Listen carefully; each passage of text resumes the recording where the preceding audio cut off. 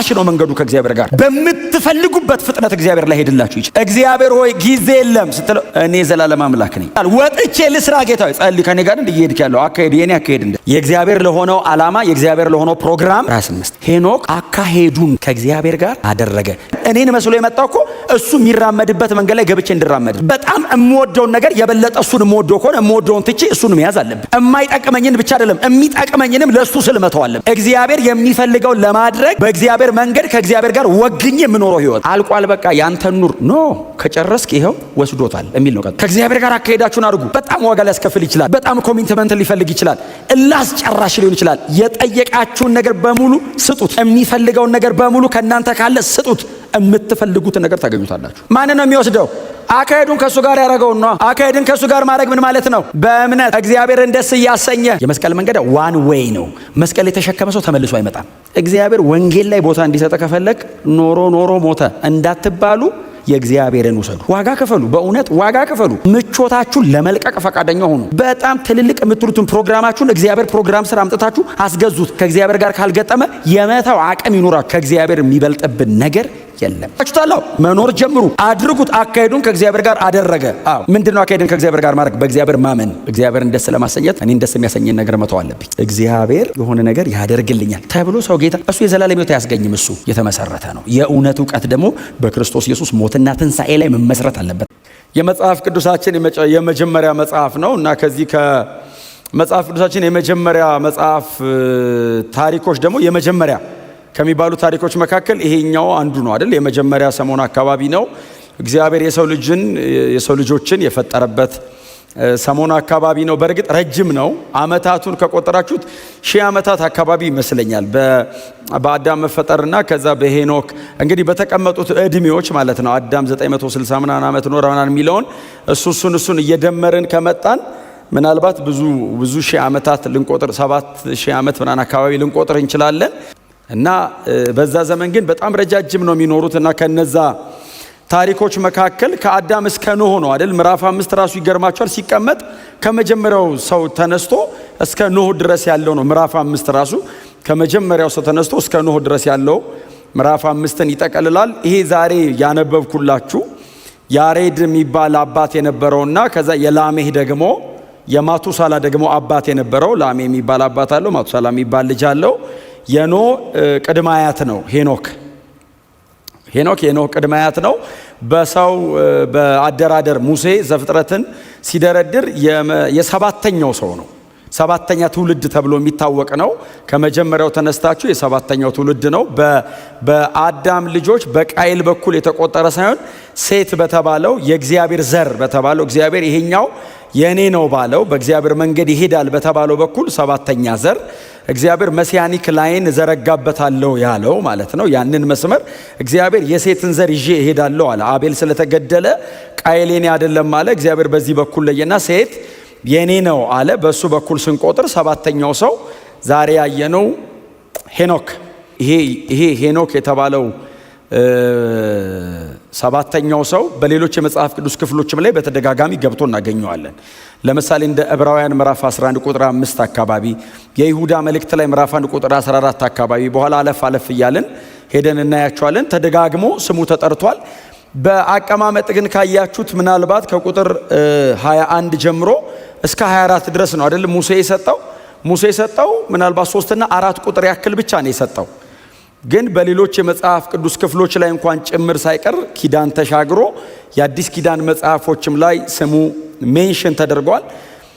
እና የእግዚአብሔር ዘር ተብሎ በሚታወቀው በኩል የመጣው ወንድማችን ሄኖክ ምናልባት በዙ ዘመን ከነበሩ ሰዎች መካከል በጣም በልጅነቱ የወለደም እሱ ነው አይደል? ሄኖክ በስንት ዓመቱ ነው?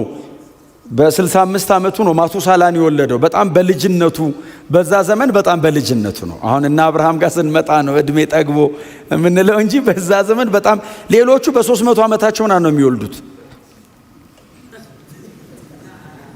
በጣም እኮ ነው የሚገርማችሁ። የድሮ አፈር ይቆያል ማለት እና ይሄ ገና በ65 ዓመቱ እግዚአብሔር እንግዲህ ቶሎ ሊወስደውም ስለሆነ ይመስለኛል አላቅም ቀድሞ ነው አይደለ? ቶሎ እንግዲህ በእነሱ አይነት ካያችሁት በጣም ጥድፍድፍ ብሎ ወደ ጌታ የሄደ ሰው ነው እና ገና በ65 ዓመቱ እያለ ሄኖክ ልጅ ወለደ ይላል። የወለደው ደግሞ ማቱሳላ ነው። ማቱሳላ ደግሞ በሰው ልጆች ታሪክ ረጅሙን እድሜ የኖረው ማቱሳላ ነው። 969 መሰለኝ 969 አካባቢ ረጅሙን ዘመን የኖረው የሄኖክ ልጅ የነበረው ማቱሳላ ነው። ማቱሳላ ላሜህን ወለደ። ከዛ ቀጥሎ ደግሞ እንደገና የሱ ደግሞ ቀጣይ ኖህ ደግሞ ተወለደ እና በጣም ወርቃማ ነው። እዚህ አካባቢ ያሉት በጣም ጎልደን ናቸው። መጽሐፍ ቅዱሳችንም ላይ በጣም የተወደደ ነው። እቺኛዋ ፓርት በጣም ልዩ ናት ከዚህ ላይኔጅ መካከል እና ሄኖክ ማቱሳላን ከወለደ በኋላ ነው አይደለም የሚለው መጽሐፉ ስለሆነ የሚለው ማቱሳላን ከወለደ በኋላ አካሄዱን ከእግዚአብሔር ጋር አደረገ ይላል። ሄኖክ አካሄዱን ከእግዚአብሔር ጋር አደረገ። ማቱሳላ ከተወለደ በኋላ ሄኖክ አካሄዱን ከእግዚአብሔር ጋር አደረገ ይልና ከዛ ሌሎች ወንዶችና ሴቶች ልጆችን ወለደ። አካሄዱን ከእግዚአብሔር ጋር አደረገ ብሎ ሌሎች ወንዶችና ሴቶች ልጆችን ወለደ። ከ65 ዓመቱ አካባቢ ጀምሮ ወደ 365 ዓመቱ አካባቢ ገደማ ድረስ ሄኖክ አካሄዱን ከእግዚአብሔር ጋር አደረገ። ለ300 ዓመት ማለት ነው። ሄኖክ እንግዲህ ማቱሳላን በ65 ዓመቱ ከወለደ በኋላ አካሄዱን ከእግዚአብሔር ጋር አደረገልና ሌሎች ወንዶችና ሴቶች ልጆችን ወለደ። በዚሁ አይነት የህይወት ፓተርን ውስጥ እየኖረ 365 ዓመት ያክል ኖረ። ወንዶችና ልጆችን ወልዶ ከዛ አጠቃላይ የሄኖክን ዕድሜ ቁርጥ አድርጎ አይነግረንም። ምክንያቱም እግዚአብሔር ወሰደው ይላል። ቆጥረው ሳይጨርሱ እግዚአብሔር ሄኖክን ወሰደው። አካሄዱን ከእግዚአብሔር ጋር አድርጓል፣ እግዚአብሔርም ወስዶታልና አልተገኘም። በጣም በትህትና በእውነት ጎናቸው ያለው ሰው አካሄድን ከእግዚአብሔር ጋር አድርግ በሉት። ክብር ለእግዚአብሔር ይሁን። አካሄዱን ከእግዚአብሔር ጋር አደረገ። ቅጽበታዊ አይደለም፣ የአንድ ቀን ጉዳይ አይደለም። አሁን ፐርሰቨራንስ አለው አይደል? አሁን ጽናት አለው፣ መቆየት አለው። አካሄድ ማለት በጣም ኢትስ ኤ ሊትል ስቴፕስ። አሁን አካሄድ ዎኪንግ አካሄድ በጣም ኤ ሊትል ስቴፕስ ናት። አሁን ከአንድ እርምጃ ነው የሚጀመረው፣ ግን የረጅም ዘመን ነው። አካሄድ ሲሆን የህይወት ስርዓት ነው እና ሄኖክ አካሄዱን ከእግዚአብሔር ጋር አደረገ ማለት በጣም ጥቃቅን የሆኑ እርምጃዎች ከእግዚአብሔር ጋር በጣም ጥቃቅን የሚመስሉ የየዕለት፣ የየቀን፣ የየሳምንት፣ የየወራት፣ የየዓመታት እነዛ ተደማምረው ነው ከእግዚአብሔር ጋር አካሄዱን አደረገ የተባሉት። እርምጃዎቹ በጣም ቀላል ይመስላሉ፣ በጣም ትንሽ ይመስላሉ። ረጅም ሲሆኑ ነው ተሰብስበው አካሄድ ከእግዚአብሔር ጋር ተደረገ የሚሆኑት። የአንድ ቀን ጉዳይ አይደለም። ዛሬ አካሄድን ከእግዚአብሔር ጋር ላድርግ እምለው ብቻ አይደለም፣ የላይፍ ታይም ነው። በጣም ውስጡ ብዙ ጽናት አለው፣ ብዙ መሰጠት አለው፣ የራስን ትቶ ወደ እግዚአብሔር ሳይድ ማድረግ አለው እና ሄኖክ አካሄዱን ከእግዚአብሔር ጋር አደረገ።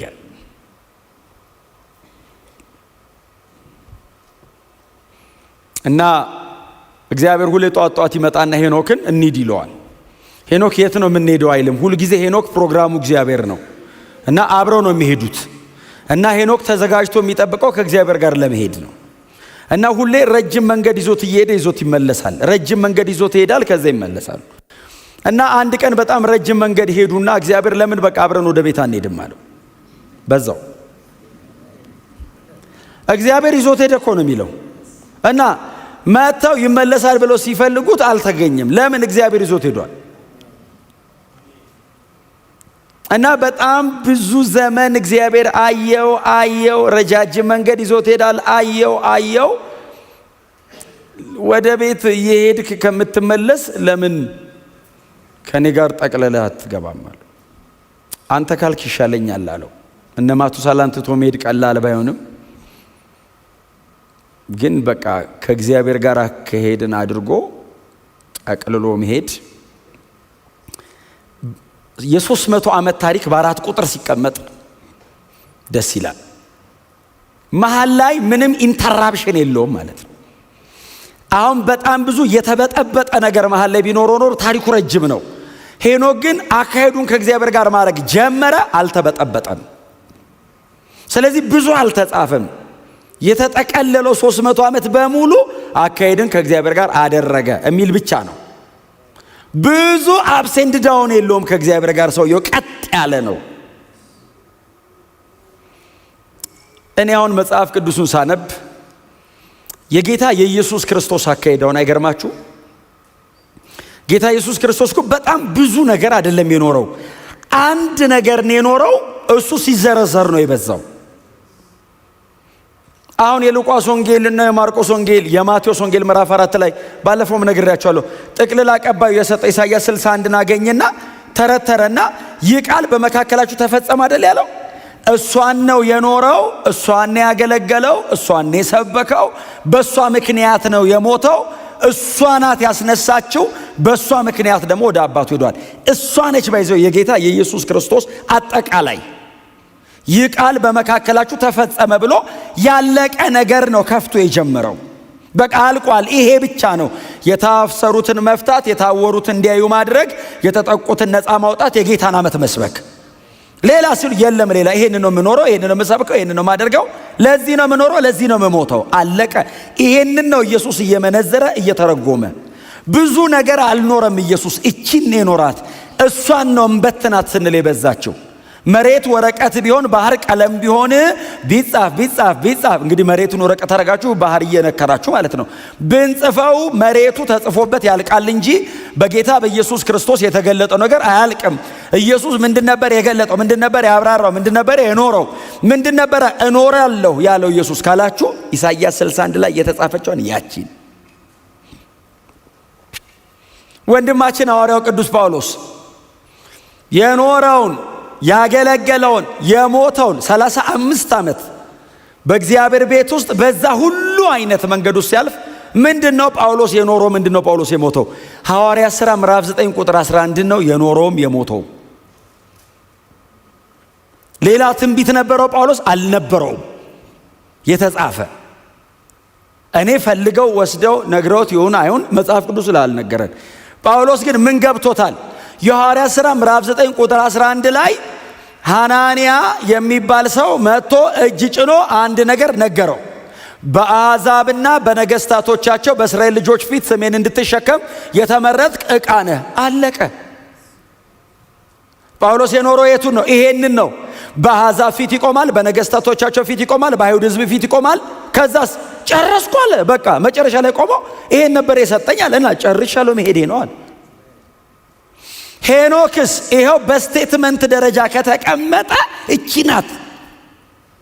ና ከኔ ጋር አካሄድን አድርግ አለው እግዚአብሔር። እሺ አለ። ና እንሂድ አለው። እሺ ወክ ያረጋል። በጣም እንዳልኳችሁ ነው። በጣም ኤሊትል ስቴፕስ ናቸው። እልህ አስጨራሽ ነው መንገዱ ከእግዚአብሔር ጋር። አሁን ተቆሞ 40 ደቂቃ እኔ ቆሜ እዚች ጋር 30 እና 40 ደቂቃ እንደምሰብከው አይደለም። እልህ አስጨራሽ ነው። በምትፈልጉበት ፍጥነት እግዚአብሔር ላይ ሄድላችሁ ይችላል። ቀስ በል እዚህ ጋር ይልሃል።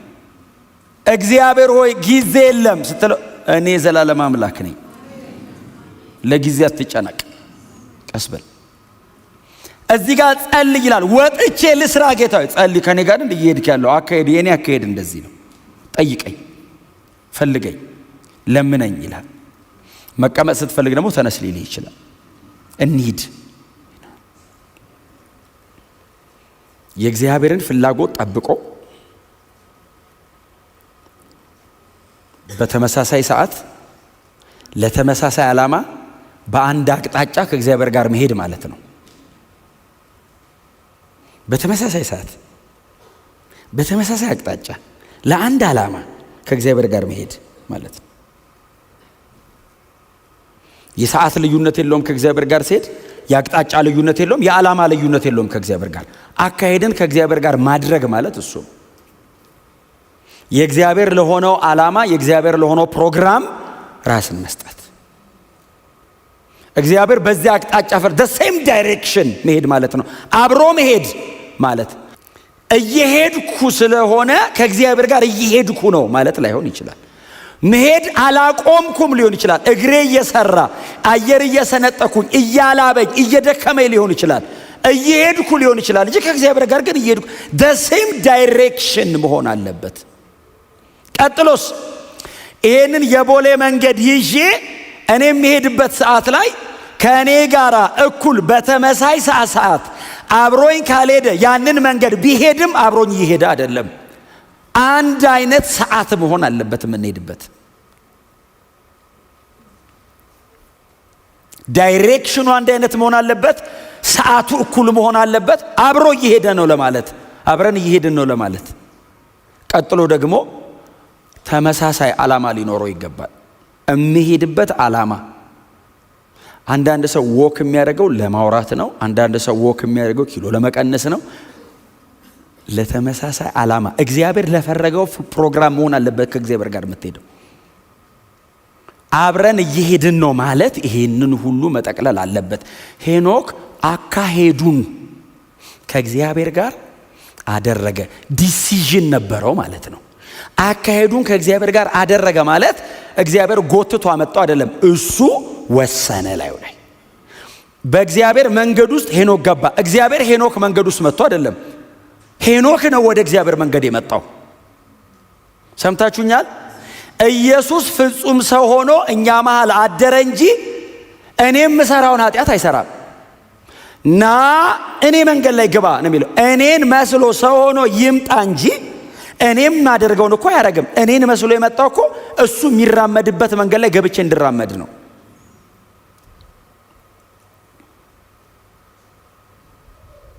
ሰው ሆኖ መምጣቱ ብቻውን በመካከላችን ማደሩ ብቻውን እኮ አይደለም እኮ ያድነኛል እኮ ምለው።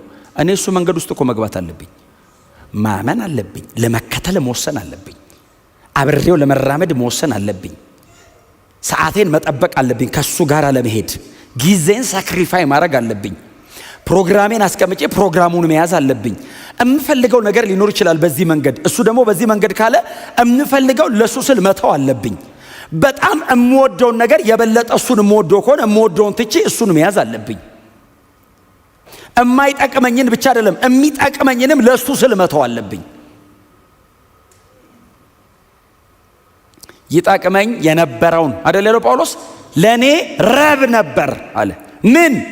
በስምንተኛው ቀን የተገረዝክ መባሌ፣ የቢንያም ወገን መሆኔ፣ ከዕብራውያን ዕብራዊው መሆኔ፣ ሕግን ያለ ነቀፋ በመጠበቅ የተመሰከረለት ፈሪሳዊ መሆኔ፣ እነዚያው ይጠቅሙኛል።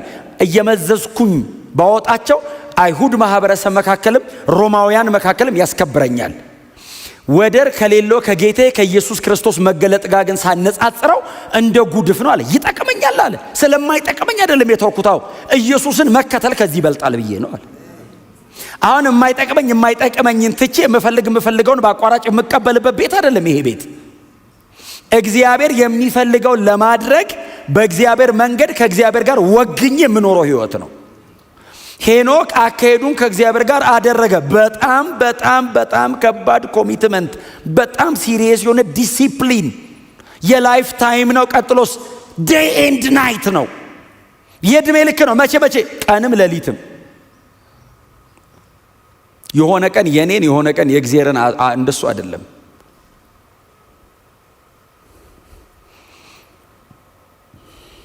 አንመረቅም፣ ግራጁዌት አናረግም። ግራጁዌት የምናደርገው ሰማይ ነው። ሁሌ መንገድ ላይ ነን። አሜን ነው። በፍጹም አልቋል በቃ ያንተን ኑር ኖ፣ ከጨረስክ ይኸው ወስዶታል የሚል ነው። ቀጥሎ ጨረሰ ያንተን አትኖርም። ሲጀመር አያስፈልግም የኛን መኖር፣ የሱን ኖረን ማለፍ። አሜን ነው። ዕብራውያን ላይ እንሂድ። ምዕራፍ 11 ቁጥር 5 ሄኖክ ሞትን እንዳያይ በእምነት። በጣም የሚገርሙ ናቸው እኮ። አዲስ ኪዳን ላይ ሲመጣ ስሙኝ፣ አካሄዱን ከእግዚአብሔር ጋር ስላደረገ አልተገኘም፣ እግዚአብሔር ወስዶታል ነው የሚለው።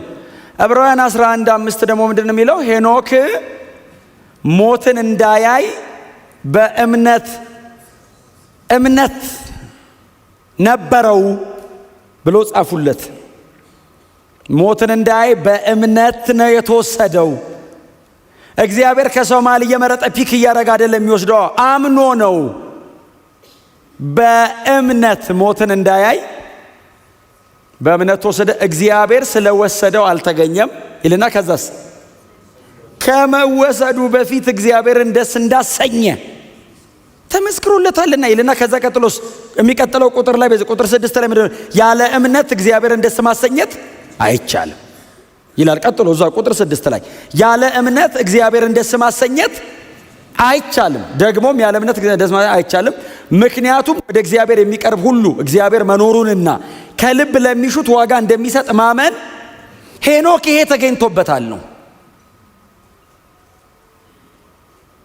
እምነት በሄኖክ ህይወት ውስጥ አንዱ ሰብስታንስ ነበር ነው። አሻገረው የሚለው ምንድነው? አሁን ምን የቃሉ ትርጉም በጊዜ ከሚገደበው ዓለም ከጊዜ ውጭ ወደ ሆነው ዓለም ወሰደው ነው። አሁን ረጅም ዘመን ይኑሩ እንጂ 900 ተብሎ ይቆጠራል። 300 ይሄው 365 ተባለ እኮ። አጠቃላይ ቢሰበሰብ 400 ከዚህ ውጭ የሆነ ዓለም ውስጥ ወሰደው ነው። ለምንድነው እግዚአብሔር የወሰደው? እግዚአብሔርን ደስ አሰኝቶታል። እግዚአብሔር በሄኖክ ተደሰተ። ልውሰድህ አለው። ወድጄሃለሁ አለው። ለምን አለው? በቃ በጣም አስደሰትከኝ አለው። አረማመድ አካሄድ አምነኸኝ አለው። ህግ አልተሰጠም። ሄኖክ በኖረበት ዘመን እኮ ህግ የሚባል ነገር የለም። እንደውም ህግ ሰው የተሰጠውን አንድ ህግ እንዳበላ የተባለውን የበላበት ሰሞን ነው። ባይዘወይ ሴት የሚባለው የአዳም ልጅ እና ሄኖክ መካከል አይ ቲንክ የ70 ዓመት ልዩነት መሰለኝ ያለው። ሴት ከሞተ ከ70 ዓመት በኋላ መሰለኝ። አዳም የሞተ ሰሞን እኮ ነው ሄኖክ የነበረው። አሁን ረጅም አይመስልም አለ። 1000 ዓመታት ይተዋወቃሉ። ባይዘወይ ቅድሚያቱን ያውቃቸዋል እኮ። ምን ቅድሚያቱን? አምስተኛውን ሰው ያውቀዋል። ያም 900 ነው የሚኖረው፣ ይሄም ይደራረሳሉ። ምንም አይነት ህግ በሌለበት ሰዓት ላይ ሄኖክ እግዚአብሔርን ያምነዋል። እግዚአብሔርን ደስ እንዳሰኘ ተመስክሮለታልና ማንም የለም፣ እግዚአብሔር ነው መስካሪ። ተደስቼበታለሁ ሲል ወሰደው።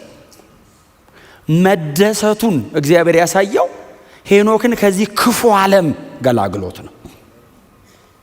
ምክንያቱም ሄኖክ ማቱሳላን ወለደ። ማቱሳላ ወዲያው ላሜህን ወለደ። ላሜህ ኖህን ወለደ። የጥፋቱ መጣ መሬት ላይ። ምን ያክል ኢቪል የሆነ ዲመኒክ የሆነ ኮራፕትድ የሆነ ሲስተም እንደነበረ የምታውቁት። ከኛ ዘመን የማይተናነስ ክፋት ነበር እኮ። መጽሐፍ ቅዱስ እኮ እነ ሄኖክ የተወሰዱበት ዘመን ሄኖክ፣ ማቱሳላ፣ ላሜህ የነበሩበትን ዘመን ሄኖክ ተለይቶ የእግዚአብሔር ሆነ እንጂ እግዚአብሔር ሰውን በመፍጠሩ ተጸጸተ ተብሎ የተጻፈበት ቦታ እሱ ብቻ እኮ ነው። እግዚአብሔር ሰውን ለምን ፈጠርኩት አለ። የሰው ኃጢአት፣ የሰው አመጽ፣ የሰው ክፋት ፒኩ ላይ በደረሰበት ሰዓት ላይ ሄኖክስ እግዚአብሔርን ደስ አሰኘ። እግዚአብሔር በሄኖክ ብቻ ተደሰተ። እዚህ ክፉ ነገር መሃል አልተውህም አለው። ሰሞኑን መጥቶ እንደሚወስደን ማለት ነው። ለዚህ ክፉ ዓለም አይተወንም።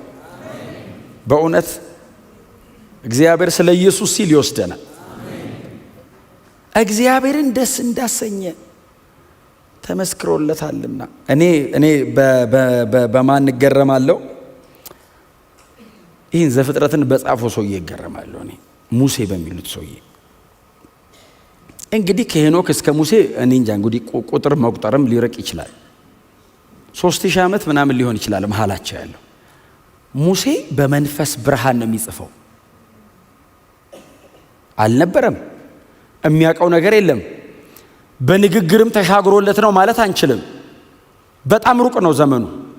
ሙሴ ጽፎታል ተብሎ የሚታመነው እዛ ተራራ ላይ 40 ቀን 40 ሌሊት ቆይቶ የለ አግዙኝ እንጂ 40 ቀን 40 ሌሊት ቆይቶ የለ ያኔ ሲቆይ አሉ እግዚአብሔር መገኘቱ ስለነበረ የቆየው ወደ ኋላም ወደፊትም አይቶት ነበር ይላሉ።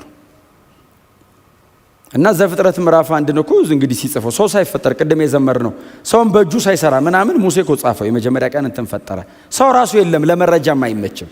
አሁን ሰው ነግሮት ነው እንዳትሉ፣ ሰው ራሱ የለም። ሰማይና ምድርን መጀመሪያ ፈጠረ። ከዛ በሁለተኛ ቀን እንትን ሆነ። ከዛ እንትን ነበር፣ እንዲህ ነበር። በስድስተኛው ቀን ነው የፈጠረን። አዳምም ደግሞ እንዳያወራ ቶሎ ነው አይደል የወጣው። እሱን ሁሉ ነው ሪከርድድ ያደረገውና ምን አይነት ብርሃን ነው! ምን አይነት መገለጥ ነው! የዘር ሐረግ ዝም ብሎ እየጻፈ መሃል ላይ ነው አይደል ሰብሮ የገባው ሄኖክ። እነንትናን ወለደ፣ ይሄን ያህል ዓመት ኖረ፣ ሞተ። እነንትና ይሄን ያህል ዓመት ኖሩ፣ እነንትናን ወለዱ፣ ሞቱ ነው። መሃል ላይ ይሄንን የዘር ሐረግ ድርደራ ቆርጦት የተቀመጠው ሄኖክ ነው። ያሬድ ሄኖክን ወለደ፣ ሌሎችን ወለደ፣ 960 ምናምን ኖረ ይልና ሞተ ብሎ ሄኖክ ማቱሳላን ወለደ ብሎ አካሄዱን ከእግዚአብሔር ጋር አደረገ። አካሄዱን ከእግዚአብሔር ጋር አደረገ የሚለው በዕብራውያን 11 መሰረት ደግሞ ሰፋ ተደርጎ ሲፈታ እምነት ነበረው፣ ቀጥሎ እግዚአብሔርን ደስ አሰኝቶ ነበር። የሄኖክ አካሄድን ከእግዚአብሔር ጋር ማድረግ ውስጥ እምነት ነበር፣ ቀጥሎ እግዚአብሔርን ደስ ማሰኘት ነበር። ሁለቱ ተገኝተውበታል። ያለ እምነት እግዚአብሔርን ደስ ማሰኘት ስለማይቻል፣ ስለዚህ እግዚአብሔርን አመነው። የሄኖክን እምነት በዕብራውያን 11 የእምነት ትርጉም መሰረት ማየት ነው። እምነት ማለት የማናየውን ነገር የሚያስረዳ፣ ተስፋ የምናደርገውን ነገር የሚያስረግጥ ነው። የማናየውን ነገር ያስረዳናል፣ ተስፋ የምናደርገውን ያስረግጣል። ስለዚህ ሄኖክ እንደዚህ አለ፣ እግዚአብሔር የዘላለም አምላክ ነው አለ። አዎ የዘላለም መንግስት ከፊት ተዘጋጅቷል አለ። አዎ ጌታ ኢየሱስ ክርስቶስ በሰማይ ዙፋን ነግሶ አለ። አዎ ጌታ ኢየሱስ ክርስቶስ ከመላእክቱ ጋር ተመልሶ ይመጣል። አዎ ይህንን አምናለሁ አለ። አሜን በሉ። እኔ አይደለም ያልኩት፣ ይሁዳ ምዕራፍ 1 ቁጥር 14። ምን ላይ ነበረ እምነቱ? እምነት ምናብ ነው እንዴ? አይደለም። ተስፋ የሚደረግ ነገር አለ። አላየነውም፣ ተስፋ እናረጋለን። እምነት እሱ ነው። ተስፋ እናረጋለን፣ በእግዚአብሔር ተስፋ እናደርጋለን። እምነታችን የሚመሰረተው በእግዚአብሔር ታማኝነት ላይ ነው። የዘላለም መንግስት ከፊት አለ። አዎ ሄኖክ እሱን አምኗል። ይሁዳ ምዕራፍ 1 ቁጥር 14 ምንድነው የሚለው? ምናልባት እናንተ ካወጣችሁት ቀድማችሁ ከአዳም ጀምሮ ሰባተኛ የሆነው ሄኖክ ስለ እነዚህ ሰዎች እንዲህ ሲል ተንብዮአል። እነሆ ጌታ ከእልፍ አእላፋት ቅዱሳን ጋር ይመጣል። መቼ ነው የሚመጣው ኢየሱስ ከእልፍ አእላፋት ቅዱሳን ጋር? ገና እኮ ነው የሚመጣው። ሂኖስ ሄኖክ አንደርስታንድ አድርጓል። ጌታ ከእልፍ አእላፋት ቅዱሳኑ ጋር ይመጣል ብሎ አመፀኞችን እግዚአብሔር ይበቀላል የሚል ትምህርት ነው ያለው ይሁዳ ላይ። ኃጢአተኞች አሉ፣ አመፀኞች አሉ፣ አዎ የጽድቅ መንገድ ማይሄዱ አሉ፣ አዎ ሐሰተኛ ነቢያት አሉ፣ ሐሰተኛ አስተማሪዎች አሉ፣ አዎ እግዚአብሔር እነሱን ይበቀላቸዋል።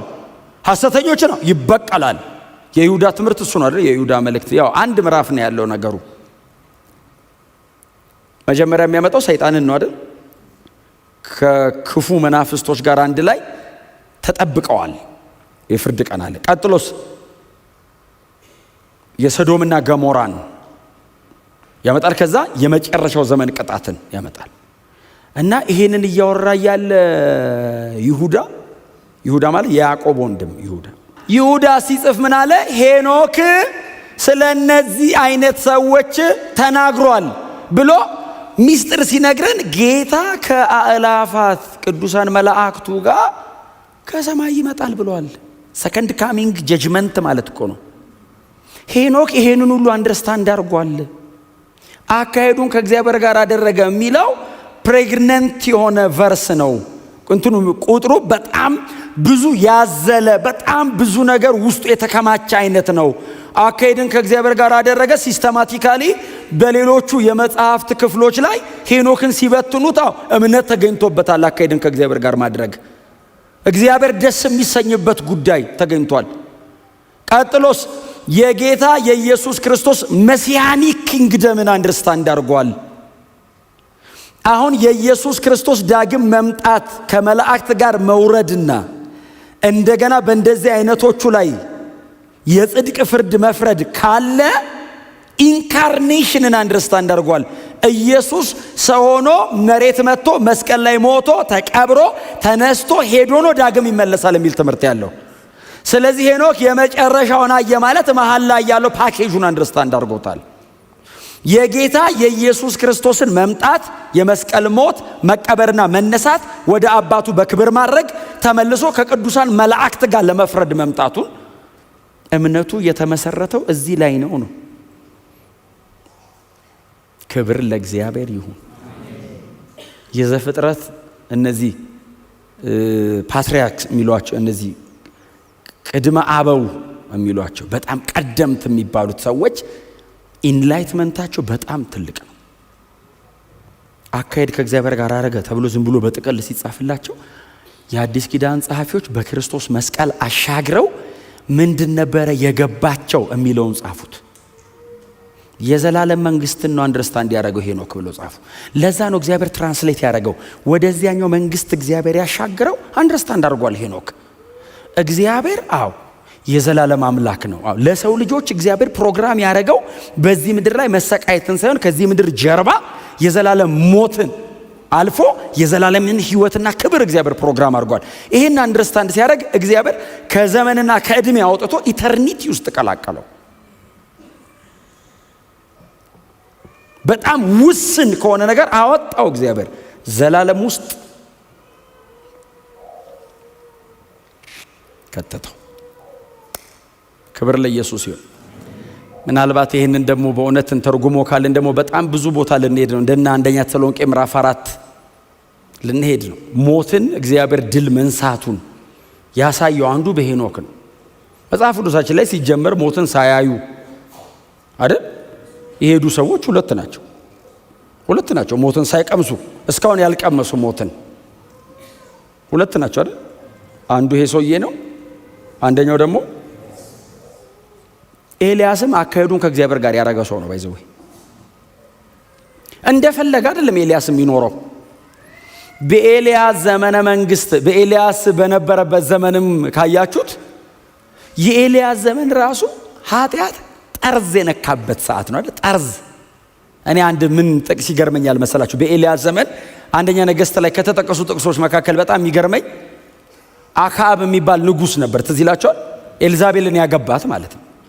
አክዓብ የኃጢአት በጣም ከፍተኛ ኃጢአት ካለ እግዚአብሔር ምንድነው የሚለው? ሁሌ በኢዮርብዓም መንገድ ሄደ ነው የሚለው። በጣም ክፉ ኃጢአተኛ ከሆነ እግዚአብሔር የኢዮርብዓም አይነት ነው ይላል። ቅዱስ ከሆነ ደግሞ በአባቱ በዳዊት መንገድ ሄዷል ነው የሚለው። ስለ አክዓብ እንደሚል ታውቃላችሁ? የኢዮርብዓምን ኃጢአት እንደ ምናምን አይቶ የኢዮርብዓምን ኃጢአት አቀለለው ይላል። የባሰ ምን ሰራ ኢዮርብዓም ተባለ? የኃጢአት ዋናው እኮ ኢዮርብዓም ነው። ኢዮርብዓምን አስናቀው። በእንደዚህ አይነት የኃጢአት ጠርዝ ሄዶ የሲዶና ንጉስ የነበረውን ሲዶናዊቷን ኤልዛቤልን አገባ ይላል። በአገር ደረጃ እስራኤል በዓልን ያመለከችው በአክዓብ ዘመን ነው። የእግዚአብሔር መሰዊያ ፈርሶ ሁሉ ነገር እንዲጠፋ ያደረገው አክዓብ ነው። ባይዘው በዛ ዘመን ነው ኤልያስ የነበረው። የኤልያስን እኛ ሁሌ የምናነበው እሳት ማውረዱን ስለሆነ ነው። እሳት ያወረደበትን አቋም ስለማናነብ ነው። እሳት እንዲወርድ እኮ እግዚአብሔር እሳት ማውረጃ እኮ መንገድ ይፈልጋል። የሰውየው አካሄድ ዲሲፕሊኑ በቤተ መንግስት አይደል? በኤልዛቤል ገበታ ላይ ያ ሁሉ እየሄደ ሲበላ ኤልያስ አልበላም ይላል። ጠግቦ እንዳይመስልህ የእምነቱ ኑሮ አይደል የሚኖረው። ሂድና እዛ ኮራት ፈፋ የሚባል ቦታ ገባለው እግዚአብሔር ምን ነው አለው? እንዲህ መግብህ ቁራ አዝዣለሁ አለው። ምን አይነት የእምነቱ ኑሮ ነው እንዴ? እኛ እኮ በእጃችን ይዘን እኮ አነሰ እንላለን። ኤልያስንስ ጠዋትና ማታ ቁራ ምግብ ይዞልኝ ይመጣል አለው። ታዲያ የሚጠጣ ደግሞ ወንዝ አይደል? ከወንዙ ጠጣ አለው። አይዞ ወንዙ ምንጩ የኔ ነው ፈውሼዋለሁ አትታመም፣ የወንዙ ጠጣ አለው። ከዛ ቁራ ጠዋትና ማታ ምግብ ያመጣል አለው። ቁራውን አይደለም እግዚአብሔርን ያመነው። አሁን ቁራ እንዴት ታምናለህ? ቁራ እኮ ታውቃለህ አይደል? ልጇን እኮ አታሳድግም። ልጅ አያሳድግም እኮ ቁራ። የቁራ ልጅ እኮ አፉ ውስጥ ባለ መልካም መዓዛ ነፍሳት ወደ አፉ እየገቡ ራሱ እኮ ነው እየበላ የሚያድገው። ቁራ ልጇን ጥላ ነው የምትሄደው።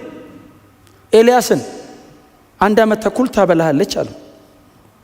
አንተን ነው ማምነህ አለው። ቁራ ልጇን ጥላ የምትሄድ ኧረ እኔ አንተን ነው ማምነህ። ይሁት የሄደውን መንገድ ያንን የመሰለ ገበታ ንቆ ማለት ነው። የአክዓብን ገበታ ንቁ። በጽድቅ ነው ጨክኖ ሄደ። አካሄዱን አየውና እግዚአብሔር የሰጠውን አሳይመንት እንኳን እንዲጨርስ አልፈቀደለትም። 3 ሰው ነው ትቀባለህ ያለው። ትዝ ይላችኋል። በምትክህ ነቢይ እንዲሆን የአብሜሆላውን ሰው የሳፋጥ ልጅ ኤልሳን፣ ከዛ በሰማሪያ ላይ እንዲነግስ እዩን፣ በሶሪያ ላይ እንዲነግስ አዛሄልን 3ቱን ቀብተህ ትመጣለህ። ቀጥሎስ የኤልዛቤልን መሞት አይተህ ትመጣለህ አለው። ምክንያቱም ኤልዛቤል ትሞታለች፣ ሬሷን ውሻ ይበለዋል ብሎ ትንቢት የተናገረው ኤልያስ ነው። ከዛ እግዚአብሔር ኤልሳን እንደቀባ ወዲያው በቀና አለው። አዛሄልና እዩን ሲል ኤልሳ ይቀባቸዋል፣ በቀና አለው። እዚህ ውስጥ አልተውህም አለው። በጣም ነው የምወደው። እሳት ማውረድ የእግዚአብሔር ሥራ ነው። መንገዱ ግን የኤልያስ ነው። ውሳኔው ግን የኤልያስ ነው። በጽድቅ መጨከንና አንዳንድ የአመፅ መንገዶችን እምቢ ማለት የኤልያስ ነው። ዋጋ ያስከፍልም ወይ? በአጥንት ነው የሚያስኬድ። እሳት ላይ እንደመራመድ ቁጠረው። ቻሌንጁ ቻሌንጅ እንዳይመስልህ። በጣም የሚወድ ሰው ትቶ ሊሄድ ይችላል። አቋምን አይቶ አራራራ አንተ አታወጣም፣ በአንተ ምክንያት የሚመጣ ጦስ ላይ ነው ታስጨርሰኛለህ ሊል ይችላል። ውሳኔውን ግን እዩት። ሰውየውን ቀጥ ብሎ ነው የሚሄደው። ከገበታ ሲበላ የከረመ የበዓል ነቢያት በሙሉ እኮ 450 ቂሶን ወንዝ አይደል ተወስዶ የታረዱት? መቻ ተረፋቸው መብላታቸው። በጽድቅ የጨከነውን እዩት። ጠፍር ይታጠቃል። እንደውም ሰውየው በጣም አስፈሪ ነው። ፊዚካሊ አስፈሪ ነው። ባይዘይ ወገቡን ጠፍር ይታጠቃል ይላል እና አርጀት ያለ ነው ይላል። ሁለተኛ ነገሥት ምዕራፍ 1 አንብቡት። ማን ነው ስሙ?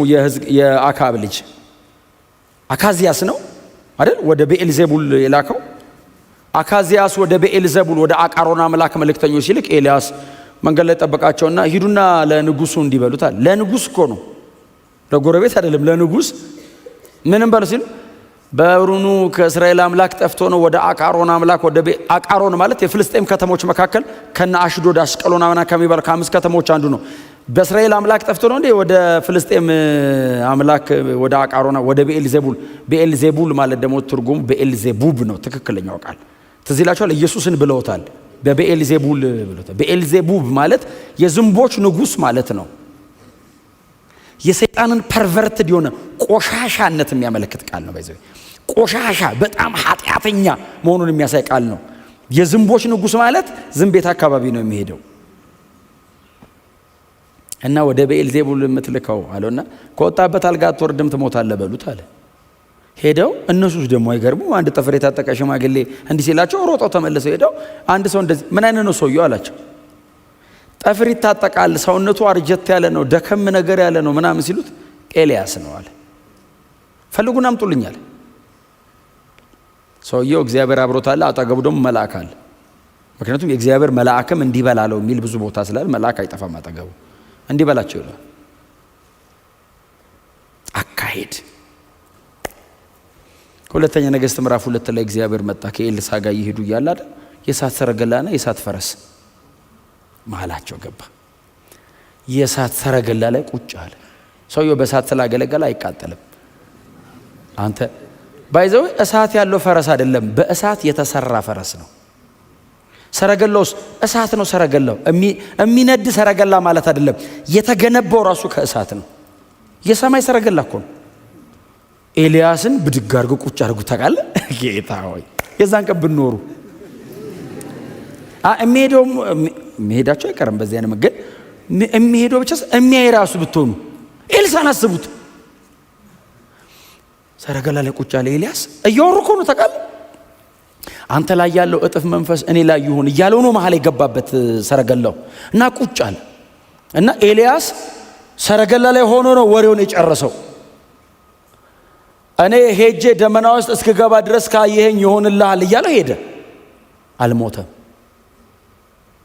አካሄዱን ከእግዚአብሔር ጋር አድርጓል። እግዚአብሔር ወሰደው። ጎናቸው አልሶ በጽድቅ ጨከነ። መጨረሻ ዘላለም ነው የሚሆነው በሉት። መሬት ላይ አትቀሩም። እስቲ አሜን በሉ። ተስፋችሁ ይሄ ምድር ብቻ አይሆንም። ከእግዚአብሔር ጋር አካሄዳችሁን አድርጉ። በጣም ዋጋ ሊያስከፍል ይችላል። በጣም ኮሚትመንት ሊፈልግ ይችላል። እላስ ጨራሽ ሊሆን ይችላል። የጠየቃችሁን ነገር በሙሉ ስጡት። የሚፈልገውን ነገር በሙሉ ከናንተ ካለ ስጡት፣ የምትፈልጉትን ነገር ታገኙታላችሁ። ጌታችን መድኃኒታችን ኢየሱስ ክርስቶስ ሉቃስ ወንጌል ምዕራፍ 9 ቁጥር 23 ላይ ነው። ማንም ደቀ መዝሙሬ ሊሆን ቢወድ አለ ከኔ ጋር አብሮ የሚሄድ ካለ ሲል ብዙ ሰው ኢየሱስን በጣም ብዙ ሰው ባይዘው ይፈልጉታል። ምክንያቱም በጣም ኢንስፓየር ያደርጋል ሲያወራ። ኢየሱስ ዘላለም ነው የሚያወራው፣ እንደ ባለስልጣን ነው የሚያወራው።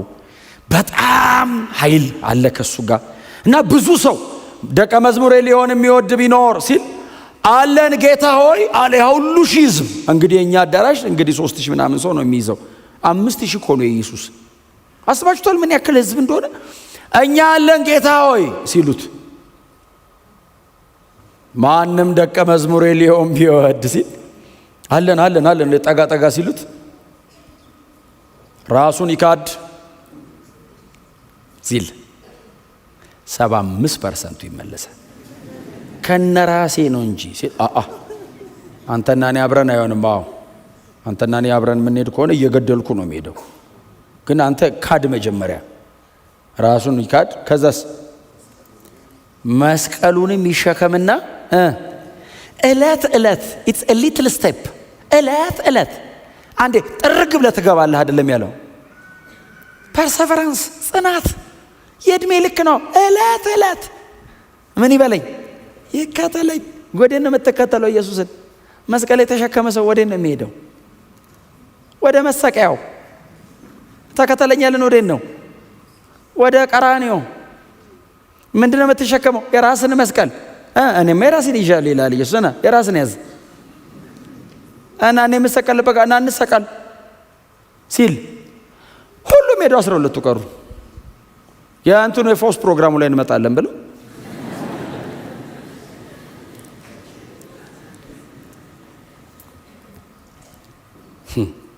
ማንን ነው የሚወስደው? አካሄዱን ከሱ ጋር ያደረገውን ነው። አካሄድን ከሱ ጋር ማድረግ ምን ማለት ነው? በእምነት እግዚአብሔርን ደስ እያሰኘ በወንጌል እውነት ላይ ጸንተ መቀጠል ነው። በሄኖክ ሕይወት እምነት ተገኝቶበታል። እግዚአብሔርን ደስ ማሰኘት ተገኝቶበታል። the whole package ወንጌል ተገኝቶበታል። የኢየሱስ የመስቀል ሞት፣ መቀበር፣ መነሳት፣ መሄድ፣ ዳግም መጥቶ እስከ መፍረዱ ድረስ አንደርስታንድ አድርጓል። ከታላላቅ ከኃያላን ከብርቱ መላእክቱ ጋር ይወርዳል። ጌታ ይወርዳል በደመና ኦፍ ኮርስ እስከ ሰከንድ ካሚንግ አንደርስታንድ አድርጓል። ይሄ ሁሉ ተሰብስቦ ነው አካሄዱን ከእግዚአብሔር ጋር አደረገ። እግዚአብሔር ሄኖክን ስሜታዊ ሆኖ አልወሰደውም። እግዚአብሔር ስሜታዊ አይሆንም። ልውሰደው በቃ እንደዛ አይደለም። በጣም ብዙ ነው። 300 ዓመት በጽናት የሄደበት አቋም ነው ይሄ። 300 ዓመት ሄዶበታል ታውቃለህ። ስለዚህ ሄኖክ ተነስቶ ወዴት እንሂድ አይልም። ይሄንን ከወሰነ ቆየ። እግዚአብሔር ወደሚፈልገው ነው የሚወስደው። ሄኖክ ራሱን ሬዲ የሚያደርገው ለምንድን ነው? እግዚአብሔር ወደሚፈልገው እንዲወስደው ነው። የፕሮግራም ጥያቄ አይጠይቅም። እግዚአብሔር ወደሚፈልገው ይወስደኛል ነው እና አቬለብል ነኝ፣ ዝግጁ ነኝ ጌታ ሆይ ነው። የት ነው የምትወስደኝ ጌታ? እሱን ቆየ ከጠየቀ፣ ቆየ ከተመለሰለት፣ አሜን ነው። መስቀል የተሸከመ ሰው ተቃለቻል። የመስቀል መንገድ ዋን ዌይ ነው። የመስቀል መንገድ ዋን ዌይ ነው። መስቀል የተሸከመ ሰው ተመልሶ አይመጣም። ሟች ነው። ዋን ዌይ ነው የክሮስ መንገድ። ተመልሰ የምትመጣው የቀሬናው ስምዖን ከሆንክ ነው። የሰው መስቀል ከያዝክ አድርሰህ ለማኪያቶ ሰው ትቀጥራለህ። የእሱ ነው ሸኝቼው መጣው ትላለህ። የራስህን ከያዝክ ስትሰናበት እስከ ወዲያኛው ነው። ጎናቸው እርሱ የመስቀል መንገድ አንድ ነው፣ መመለሻ የለውም በሉት።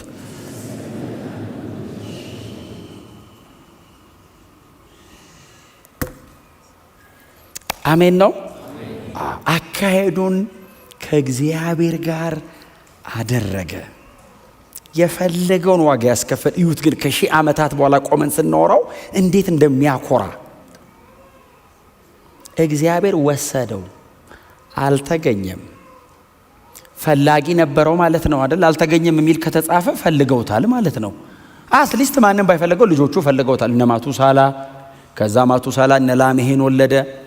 አያትና እንፈልግ ብሎ ይዞት ሄዷል። ከዛ ኖህ ተወለደ። ቅድመ አያትና እንፈልግ ብለው ኖህንም አንከራተውታል። ፈለጉት። ከዛስ አልተገኘም። ኖህ ይገባዋል።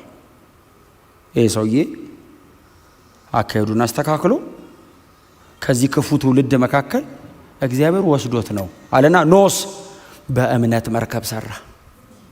ቀጠለ። ታውቃለህ፣ ሄኖክ ጋር የተገኘችው እምነት የተገኘችው ኖህ ጋር ነው። ያ የቅድመ አያቴን አለና ሰው በእንጨት ይሰራል፣ እሱ በእምነት መርከብ። ሰው እንጨት ፈልጎ ነው በጣውላ በምን የሚሰራው? ኖህ በእምነት መርከብ። እኔ አይደለሁም። ዕብራውያን ምዕራፍ 11 ቁጥር 7 ቁጥር 5 የሄኖክ ነው። ባይዘዌ ላሜሄም ማቱሳላም የሉም ዕብራውያን ላይ። ከሄኖክ ቀጥሎ ኖህ ነው ያለው። 969 ዓመት ኖሮ አልተጻፈም። ያሳዝናል። ኖረ ሞተ። ምን ኖረ? የፈለገውን ዝም ብሎ ደስ እንዳለው። እንደዚህ አይነት ሰው ስክሪፕቸር ላይ ቦታ የለው። በእግዚአብሔር የልጁ ወንጌል ውስጥ ቦታ የለው። እግዚአብሔር ወንጌል ላይ ቦታ እንዲሰጠ ከፈለግ ኖሮ ሞተ እንዳትባሉ የእግዚአብሔርን ውሰዱ። አሜን። እኔ የፈለግኩትን ያህል ዋጋ ያስከፍለኝ ይሆናል። የሚቀጥለው ጄኔሬሽን ግን ስርዓት ይማራል። ፓተርን ግን አሳየዋለሁ። እግር የት ጋር መርገጥ እንዳለብህ ግን ያያል። ከእናንተ ዋጋ ክፈሉ፣ በእውነት ዋጋ ክፈሉ። ምቾታችሁን ለመልቀቅ ፈቃደኛ ሆኑ። በጣም ትልልቅ የምትሉትን ፕሮግራማችሁን እግዚአብሔር ፕሮግራም ስር አምጥታችሁ አስገዙት። ከእግዚአብሔር ጋር ካልገጠመ የመታው አቅም ይኖራችሁ። ከእግዚአብሔር የሚበልጥብን ነገር የለም። ከልጁ ወንጌል የሚበልጥ ነገር የለም። እውነቴን ነው። በፍጹም የለም። ይሄው እነዚህ ሰዎች በጣም ትልቅ ትምህርታችን ናቸው። ምናልባት ዛሬ ጊዜው አይበቃንም እንጂ ብናነሳቸው ነቢያቶቹን ብናነሳ ኤርሚያስን ብታነሱት ለእግዚአብሔር ሲል አልቃሻው ነቢይ የሚል ስም እስኪወጣለት ድረስ የተሰቃየው ሲቃይ ሳይቸግረው ትንቢት እየተናገረ እስከ አንገቱ ይቀብሩታል። ጭንቅላቱ ላይ ቤት ይሰሩበታል ለቀናት። እግዚአብሔር የት ነው ያለው ሲል ጩህ ይለዋል። ወደ እኔ ጩህ እኔ እመለስልሃለሁ፣ አንተ ማታውቀውን ኃይለኛና ምናምን አሳያለሁ ይለዋል። እኛ ራሱ 33 ብለን ኮድ የምንሰጥበት የጸሎት ግሩፕ እንትን ነው፣ የጸሎት ጓዶች ኮድ ነው 33። ወደ እኔ ጩህ እኮ ነው። አሁን እኛ እኮ ኤቨርላስቲንግ እዚህ ምንጣፍ ላይ እኮ ነው። አዳሩ እኮ ምን የመሰለ መንበርከክ ያለ ምን የመሰለ አዳራሽ እዚህ መተ ባጸልይ ራሱ በእውነት ኤርሚያስስ ግዞት ቤት እንደዚህ ተቀብሮ ጩህ ሲለው ታላቅና ኃይለኛ ነገርስ የሚለው ምንድነው? ከዛ ውስጥ ያወጣዋል። ከዛስ ሌላ ትንቢት ተናግሮ እንደገና የሆነ ቦታ ይጣ። አካሄዱን ከእግዚአብሔር ጋር አድርጎ እኮ ነው። ሰውየው የት ተጻፈ? ኢየሱስን መጣው ኤርሚያስ ነህን አሉት። አየው ኤርሚያስ ድረስ እንደመጣ ኢየሱስን ሰው አይቶት ኤርሚያስ ነህ እንዴ? ነብዩ ኤርሚያስ ነህ እንዴ? ለላኩን ሰዎች ኤርሚያስ ነው እንበል እንዴ? መልእክት ኤርሚያስ አይነት ነው። ታይፖሎጂ ሆነ ኢየሱስ በነበረበት ዘመንስ ያየው ሲቃይ ነው እንዴ? ኢሳይያስ በመጋዝ ተሰንጥቆ ነው የሞተው። አዲስ ኪዳን ላይ እንደ ኢሳይያስ ብዙ የተጠቀሰ ነብይ የለም። መሲሁን በሙሉ ቁመናው ነው የተነበየው። የከፈለው ዋጋ ነው እንዴ? ከሺህ ዓመታት በኋላ ቆሜ እኔ ከኢሳይያስ ትንቢት ስለ ኢየሱስ እማራለሁ። ይዋቸው መጽሐፉ ላይ ያሉትን ሰዎች ለምን እኛስ ከነሱ እንዳንዱ አንሆንም? በህይወት አለን እኮ ቸርችን ያለን እኮ እግዚአብሔርን ቃል እኮ እየሰማን ነው። ኢንተርቴን አድርጋችሁ እንዳትሄዱ። በእውነት ዛሬ እግዚአብሔርን ቃል ሰምቻለሁ ቤተክርስቲያን ሄጃለሁ ብላችሁ ለአይምሮአችሁ መልስ ብቻ አትስጡት። የተማርኩት ምንድነው? ማድረግ ያለብኝ ምንድነው? በዚህ ሳምንት ምንድነው ወስኜ መክረም ያለብኝ? ይሄንን አድርጉ። ወደ መጸለይ ኑ፣ ወደ መጸለይ፣ ወደ መንበርከክ ኑ። ከእግዚአብሔር ቃል ጋር ጊዜ ወደ መውሰድ ኑ። የእሁድ ማለዳ ክርስቲያን ብቻ እንዳትሆኑ። ፕሮግራም ላይ ብቻ ኮንሽስ የሚሆን ክርስቲያን እንዳትሆኑ። እዚህ ሰምታችሁታል። መኖር ጀምሩ፣ አድርጉት። አካሄዱን ከእግዚአብሔር ጋር አደረገ። ምንድነው አካሄዱን ከእግዚአብሔር ጋር ማድረግ? በእግዚአብሔር ማመን፣ ስለሚመጣው ነገር ተስፋ ማድረጋው፣ ያላየሁትን ነገር እርግጠኛ መሆን። እግዚአብሔር ያደርገዋል። ምንድነው እግዚአብሔር እንዳምን የፈለገው? ልጄን ኢየሱስ ክርስቶስን ዳግም እልከዋለሁ፣ በሰማይ የዘላለም መንግስት ተስፋ አዘጋጅቼላችኋለሁ፣ ወስዳችኋለሁ። ሄኖክ ያስተማረን እሱን ነው። እግዚአብሔር ከሞት በላይ መሆኑን ያሳየን ሰውየው እንዳይሞት ወስዶ ነው። ተስፋ አለ፣ እምነት ተገኘበት። ቀጥሎስ ደስ አሰኘው። እግዚአብሔርን ደስ ለማሰኘት እኔን ደስ የሚያሰኘን ነገር መተው አለብኝ።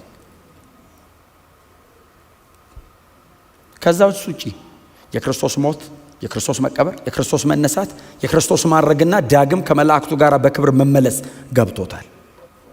ወንጌል ገብቶታል። ኢተርኒቲ ዘላለም ታይቶታል።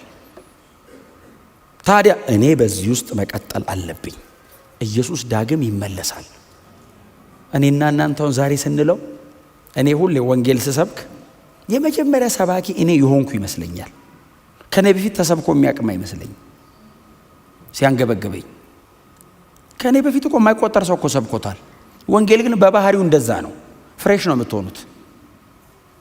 አንተ ካልሰበክ ሰው የሚሞት ሁሉ ሊመስል ይችላል። አውራ አውራ አውራ አውራ አውራ ይልሃል፣ ይደርሳል አትልም። ወንጌል ቶሎ ቶሎ ተናገረው። ባህሪው ነው። እኔና እናንተ ዛሬ ኢየሱስ ይመጣል የምንለውን ባይዘው ሄኖክ ገብቶታል። መጀመሪያ ዘመን ላይ ከነበሩ ሰዎች መካከል ሄኖክ አንደርስታንድ አድርጓል። ከመላእክቱ ጋር ታጅቦ በደመና ኢየሱስ ይመጣል።